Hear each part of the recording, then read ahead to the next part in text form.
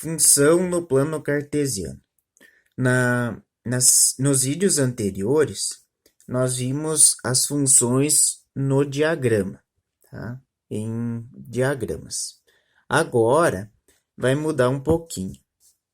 A função ainda vai ser uma associação entre dois conjuntos. Então, a maioria das coisas que a gente estudou em diagramas vai seguir no plano cartesiano. É a mesma ideia. Qual que vai ser a diferença? Quais as diferenças? Então, vamos retomar um pouquinho o que era função, como era tratada a função no diagrama. Então, no diagrama, nós tínhamos assim. Então, tinha os dois conjuntos, o conjunto A e o B, e as ligações entre eles. Essas ligações, essas associações entre esses dois conjuntos é que definiam uma função. Então, nesse caso aqui, é uma função que associa x de A com y de B. Então, o 1 estava ligado com o 4, isso aí formava um par ordenado 1 e 4, e assim como os outros. No diagrama, nós podemos ver que esses conjuntos são conjuntos finitos ou de finitos elementos. Ó, o conjunto A tem 3 elementos, o conjunto B tem 4 elementos. Então, é uma quantidade pequena, uma quantidade finita. Quando é uma quantidade pequena finita, é melhor representar em diagrama. Mas nós também poderíamos representar isso no plano cartesiano. Eu coloquei aqui o exemplo em que aquilo que está no diagrama, aqui em cima, representa a mesma coisa.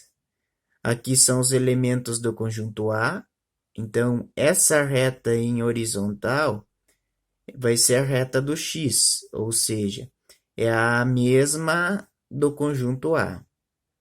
Enquanto que a reta vertical vai ser a reta do y, ou conjunto B. Então, horizontal o conjunto A vertical o conjunto B. As flechas que tínhamos no diagrama, aqui no plano cartesiano vai ser um pouquinho diferente. Vai ser esses pontilhados, ó, do 1 até o 4. Então, eu sei que o 1 do conjunto A está associado com o 4 do conjunto B. Tá? Eu sei que o 2 do conjunto A está associado com o 5 do conjunto B. E assim sucessivamente. Então, aqui eu tenho um resuminho. A reta horizontal representa o conjunto A, enquanto a vertical é o conjunto B. Os pontilhados são como as flechas do diagrama. Tá? Então, foi o que eu acabei de falar. Então, usamos o plano cartesiano quando os conjuntos A e B são de infinitos elementos.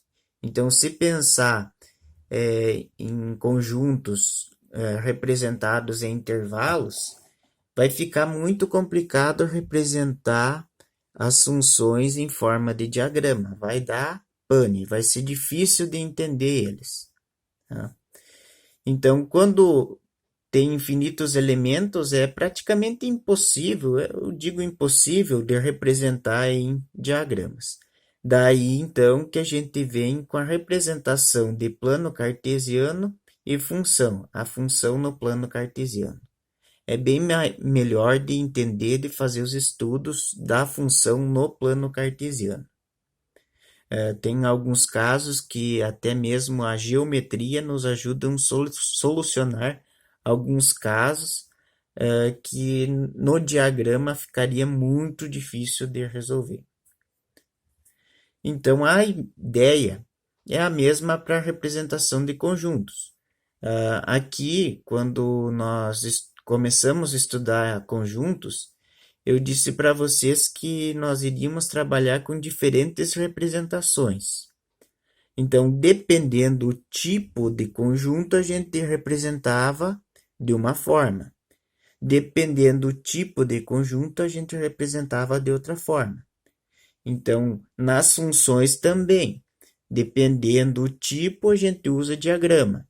Dependendo do tipo, a gente usa o gráfico, o plano cartesiano. Então, As chaves, os diagramas que eram com poucos elementos, elementos finitos, a gente amplia em função em diagrama com duas bolinhas. Os intervalos, quando a gente parte para intervalos, quando tem elementos infinitos, a gente ou representa assim, ou quando parte para a função, representa em plano cartesiano. Então, essas são as diferenças quando que usa um, quando que usa outro.